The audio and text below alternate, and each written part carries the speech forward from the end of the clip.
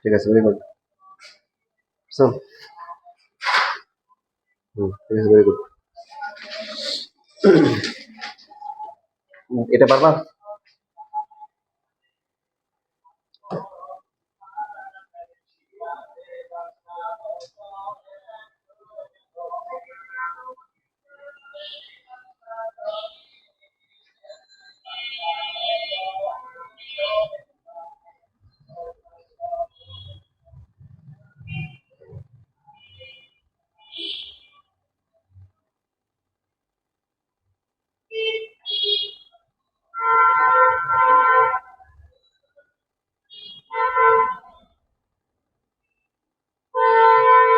প্রথমে যেটা করতে হবে যে এটার ইউনিট কনভার্সন করে নিতে হবে। ১ গজে হচ্ছে ৩ ফিট। আর ফিট সমস্যা নাই। ফিট নিব আর জি এর ভ্যালু কত নিব? 32 বা 32.2। এখন এখানে যে মনে করো যে তুমি এখানে যে নিক্ষেপ করলা, একটা বস্তুকে নিক্ষেপ করলা। মনে করো এখানে দেওয়াল আছে। হতে পারে তুমি নিক্ষেপ করলা, দেওয়ালটা টপকাবা। হতে পারে যে উপর দিয়ে চলে গেল, হতে পারে এখান দিয়ে গিয়ে আঘাত করছে, হতে পারে একদম হচ্ছে কোন রকমে চলে গেল। এখন এই দেওয়ালটা হচ্ছে তোমার, যদি মনে করো হচ্ছে যে 40 মিটার হয়, তো যদি সে এখান দিয়ে যায়, এটা মনে করো সাপোজ 30 মিটার, তাহলে ওয়াই হচ্ছে 30 মিটার আর দেওয়ালের উচ্চতা 40 মিটার। যদি উপর দিয়ে চলে যায়, মনে করো এটা হচ্ছে তোমার 55 মিটার, তাহলে তোমার ওয়াই হচ্ছে কি এখানে 55 মিটার, বাট দেওয়ালের উচ্চতা হচ্ছে 40 মিটার। এখন যদি আমাদের কোশ্চেনে বলে কোন রকমে হচ্ছে পার হয়ে গেল, তার মানে কি যে ওয়াইটা হচ্ছে হলো দেওয়ালের উচ্চতার সমান কোন রকম। বাট যদি কোনো রকমে বলার সময় সাথে সাথে যদি এটাও বলে দেয় যে কোনো রকমে আবার আনুভূমিক ভাবে, কারণ সর্বোচ্চ উচ্চতা দিয়ে যখন যায় তখন এখানে কিন্তু বেগের দিকটা হচ্ছে স্পর্শক বরাবর কাজ করে, তখন হচ্ছে হলো কি তখন হচ্ছে আনুভূমিক হয়। অন্যান্য সময় কিন্তু স্পর্শক বরাবর কাজ করে। এই যে প্রথমে একটা কোণ গেল, আস্তে আস্তে বিয়ের কি বিয়ের যে দিকটা, এটা কিন্তু আস্তে আস্তে আনুভূমিক হওয়ার পরে, আনুভূমিক লাইন পার হওয়ার পরে কিন্তু আবার নিচের দিকে চলে আসে যে। তো এখানে এই যে এই দেওয়ালে কোন রকমে আবার পাশাপাশি ভূমির সমান্তরালে বলা আছে। তার মানে যে এটা হচ্ছে সর্বোচ্চ উচ্চতা, এটা 75 ফিট ফুট। আর এটা কতটুকু দূরে আছে এখান থেকে? এটা 50 গজ, তার মানে 50 ইন্টু কত 3, 150 ফিট। তা আমরা জানি যে এটা সাপেক্ষে তো সিমেট্রি, মানে এটা যদি আর হয়, এটা পুরোটা হচ্ছে হলো কি, এটা যদি এইচ হয়, এটা পুরোটা আর, তাহলে এটুক কত? হাফ আর। তার মানে r/2 হচ্ছে দেওয়া আছে কত? 150, আর এর ভ্যালু হচ্ছে কি 300, আর এইচ দেওয়া আছে কত? 75। এই আর আর এইচ এর দুইটা সমীকরণ থেকে সমাধান করে ইউ এবং আলফা বের করতে হবে। পারা যাবে? চেষ্টা করো। আর দেওয়া আছে, এইচ দেওয়া আছে, এখান থেকে ইউ আর আলফা বের করা।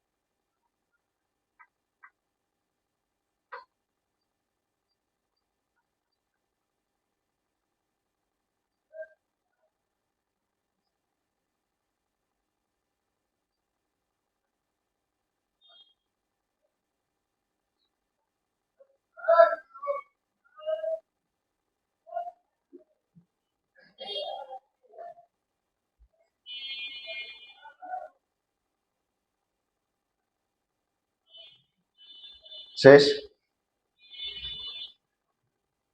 হয়ে গেছে নিয়ে না জিএমএম 32 পাঠাইছো আচ্ছা আর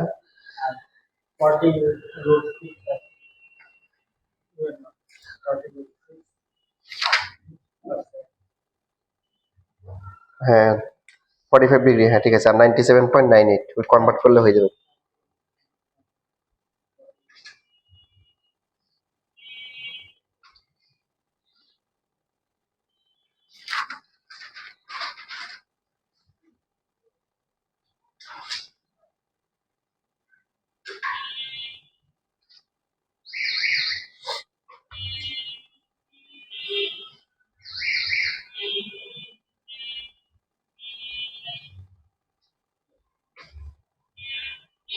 আচ্ছা, একটা বিষয় তোমরা ওই যে পড়ে আসছো যে নর্মালি যদি আমরা আলফার মান বাড়াই তাহলে কি হবে, এই যে এইচ এর মানও বাড়বে, তাই না? এইচ এর মান বাড়বে। এইচ ইকুয়াল টু সর্বোচ্চ উচ্চতা U square sine square alpha divided by হচ্ছে কি 2j।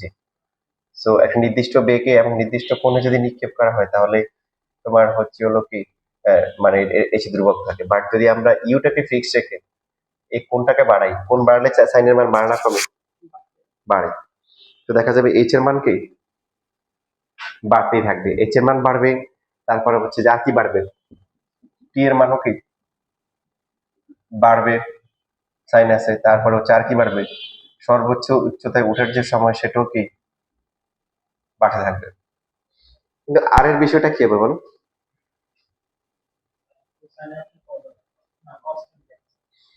আর ইকুয়াল টু হচ্ছে ইউ স্কোয়ার সাইন কি 2 আলফা ডিভাইড বাই জি, যেখানে 2 আলফা আছে, 2 আলফা থাকার কারণে যেটা হবে যে বাড়তেছে বাড়তেছে বাড়তেছে, যখন 45 দিব কি দিব তখন সবচেয়ে বেশি হবে। আবার এরপর থেকে আবার কিন্তু কমা শুরু করবে, উপরের দিকে উঠবে, বিচরণকাল বেশি হবে, কিন্তু কি মানে আনুমানিক পাল্লা কমা শুরু করবে। তো আনুমানিক পাল্লা সবচেয়ে বেশি হবে কখন, যখন হচ্ছে সাইন এর 2 আলফা এটার মান কি হবে সর্বোচ্চ হবে। সাইনের ম্যাক্সিমাম ভ্যালু কত 1, ম্যাক্সিমামটা কখন হয় 90 ডিগ্রিতে। তাহলে 2 আলফা ইকুয়াল টু কি 90 ডিগ্রি, আলফার ভ্যালু কি হবে 45 ডিগ্রি। 45 ডিগ্রি অ্যাঙ্গেলে মারলেই কি হবে সর্বোচ্চ হবে। এখন প্রশ্নটা হচ্ছে যে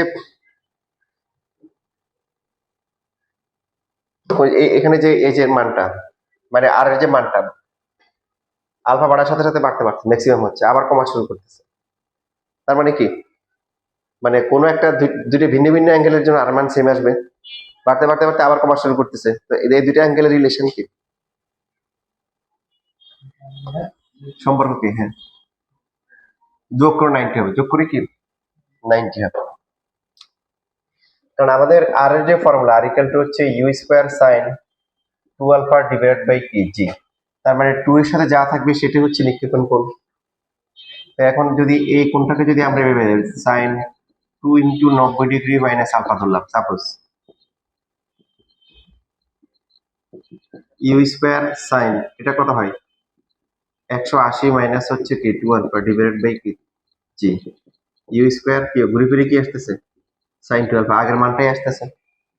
তাহলে যদি এটা আর হচ্ছে এটা দুইটা যদি তুলনা করি আমরা, 2 এর সাথে যেটা নিব সেটা হচ্ছে কি 2 এর সাথে যা থাকবে সেটা হচ্ছে নিক্ষেপণ কোণ। সো একটা যদি আলফা হয় আরেকটা হচ্ছে কি 90 মাইনাস আলফা, ঠিক আছে। এবং বাস্তবিকভাবে যদি আমরা একটু চিন্তা করি, সাপোজ মনে করো যে আমরা একটা বস্তুকে হচ্ছে 40 মিটার পার সেকেন্ড বেগে নিক্ষেপ করলাম, আলফা হচ্ছে 60 ডিগ্রি, তাহলে এই ক্ষেত্রে আর কত হবে বলো, U square sine 2 alpha divide by G, U হচ্ছে কত 40, সাইন 2 আলফা কত হবে 120 ডিগ্রি ডিভাইড বাই কি জি হচ্ছে 9.8। বাট এই বেগটাকে যদি সেম রাখেন, ইউ হচ্ছে 40 মিটার পার সেকেন্ড, বেগটাকে সেম রেখে যদি এখন আলফার ভ্যালু আমরা 30 ডিগ্রি দিই, কত দিই 30, তাহলে কি চেঞ্জ আসবে বলো তো আর আর এর সূত্র, ইউ ইউ হচ্ছে কত 40 স্কোয়ার সাইন, তারপরে কত আসবে 2 ইন্টু 30 কত 60, সাইন 60 এর ভ্যালু কত √3/2, আবার 120 ও কত √3/2, এই জন্য ঘুরে ফিরে সেম আসবে। আবার যদি মনে করো আলফাটা যদি আমরা ধরে হচ্ছে মনে করো ধরলাম যে 25 ডিগ্রি, কত ডিগ্রি 25, তাহলে প্রথমে এখানে কত হবে, এটা আসবে কত সাইন কত আসবে সাইন 50 ডিগ্রি আসবে। তাহলে আমাদের বেসিক অনুযায়ী হচ্ছে হলো কি আরেকটা কোণ হচ্ছে কত 90 থেকে 25 গেলে কত 65, তাহলে সাইন 65 কে ডাবল করলে কত হয় 130, 1 কি 30। তো এই 130 মানে কি 180 মাইনাস হচ্ছে কি 50, ঘুরে ফিরে সাইন 50 আসতেছে, বা ক্যালকুলেটর যদি ভ্যালু বসাই দুইটা কি আসবে সেম আসবে, ঠিক আছে। তাহলে এটা দ্বারা আমরা কি বুঝলাম যে দুটি ভিন্ন ভিন্ন কোণের জন্য এক্সেপ্ট হচ্ছে হলো যে 45 ডিগ্রি, 45 ডিগ্রি হলে সর্বোচ্চ হয়, তার থেকে কম বা বেশি হলে সো সিমেট্রিক, মানে 55 ডিগ্রি মনে করো 45 ডিগ্রির 5 ডিগ্রি আগে নিলাম কত হলো 40, তাহলে 5 ডিগ্রি পরে কত 50, 45 থেকে মনে করো যে 15 ডিগ্রি কমাইলাম কত 30 ডিগ্রি, তাহলে 15 ডিগ্রি বাড়ালে কত? 60। তাহলে 30-এ যা হবে 60-ই দেখাবে, দুই দিকে সিমেট্রিক। বা সহজভাবে বলতে পারি যে দুইটা কোণের সমষ্টি কত? 90 ডিগ্রি। তো এখানে এই টাইপের একটা ম্যাথ তোমাদের পরীক্ষা অনেক আসছে, বোর্ড পরীক্ষা অনেকবার আসছে। শীটটা রেডি আছে, শুধু 25 সালের গুলো অ্যাড করা হয় নাই। 25 সালের গুলো অ্যাড করে পরবর্তী ক্লাসে ইনশাল্লাহ দিয়ে দিব। যেমন এখানে তোমাদের একটা ম্যাথ পরীক্ষায় অনেকবার আসছে।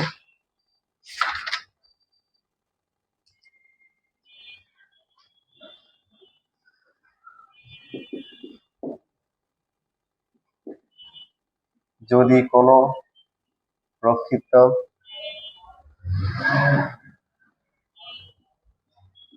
বস্তু কণার দুইটি গতিপথে বৃহত্তম উচ্চতা h এবং h1 হয়, তবে দেখাও যে r equal to 4 into root over h1। মানে যেহেতু r একটা দেওয়া, তাহলে বোঝা যাচ্ছে কি গতিপথ দুইটা ভিন্ন, কিন্তু হচ্ছে হলো কি r কি একই। একটা হচ্ছে যে এই যে এটা, আর একটা হচ্ছে হলো কি এই যে। সো একটা কোণ যদি কি হয়, একটা যদি আলফা হয় আর একটা কত হবে? আর একটা 90 মাইনাস কি 90 মাইনাস আলফা। তাহলে প্রথম ক্ষেত্রে যদি আলফা ধরি তাহলে h হবে কত? u square sin square alpha divide by কি 2g। আর h1 কত হবে? u স্কয়ার sin স্কয়ার অ্যাঙ্গেলটা কত? 90 minus alpha divide by 2g। এটা কি হয়ে যাবে? u square cos square alpha হবে না? এখন r এর সাথে সম্পর্ক স্থাপন করতে বলছে। r এর সূত্র কি? u square sin 2 alpha divide by কি g। u square sin 2 alpha কে লেখা যায় কি 2 sin alpha cos alpha divide by হচ্ছে হলো কি g। প্রমাণ থেকে আমরা বুঝতে পারি 4 আলাদা করতে হবে, রুট আনতে হবে। সো রুট যদি আমরা দিই তাহলে কি হবে? মানে ইউ এর পাওয়ার কি হবে? 4 হবে, তারপরে এখানে 4 আসবে, sin স্কয়ার আলফা হবে, cos স্কয়ার আলফা হবে, ডিভাইড বাই কি জি স্কয়ার হবে। চাইলে এই 4টাকে আমরা বাইরে নিয়ে আসতে পারি। 4টা বাইরে নিয়ে আসা মানে কি হচ্ছে কি 16 দিয়ে কি করা? 4 যেহেতু গুণ করা হচ্ছে, তার মানে কি ভিতরে 4 কি করতে হবে? ভাগ করতে হবে। তো রুটের ভিতরে নিয়ে গেলে সেই 4টা কত হবে? 16 হবে। সো 4 থাকলো। এবার আমরা যদি এই যে এখানে h আবার h1 h কত? u square sin square alpha divide by কি 2g। আর বাকি আরেকটাকে লিখতে পারি কি u square cos square alpha divide by 2g লেখা যায়। দুটো কি সেম আসে? এখানে 4 আর 16 কাটাকাটি করে কত আসে? 4 আসে, 2 2 4। জি আর জি গুণ করে জি স্কয়ার, ইউ এর পাওয়ার 4 sin স্কয়ার, সবই ঠিক আছে। মানে সহজ আছে। 4 h h1 শেষ। এখন মান দিয়েও আসে, মান দিলেও তোমরা লাস্টে মান মান বসাই দিবা।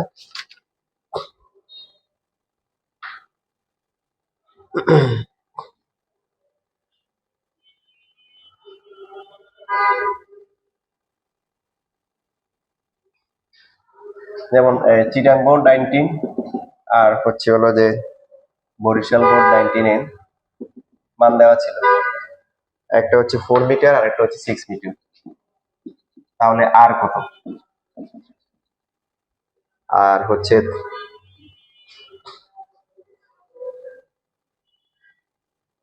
চিটাং বোর্ড 17তে ছিল হচ্ছে একটা দেওয়া ছিল হচ্ছে 8 মিটার আর হচ্ছে হলো 10 মিটার, এবং এখানে আর প্রমাণ করতে বলছে। আর এর ভ্যালু হচ্ছে 16√5। ঠিক আছে, তো এটা কমপ্লিট করার পরে এই দুইটা ম্যাথ করো, তাহলে আজকে আজকে ছুটি দিয়ে দিব। তাড়াতাড়ি কই কই তোমাদের বাকি বাড়াইতেছে।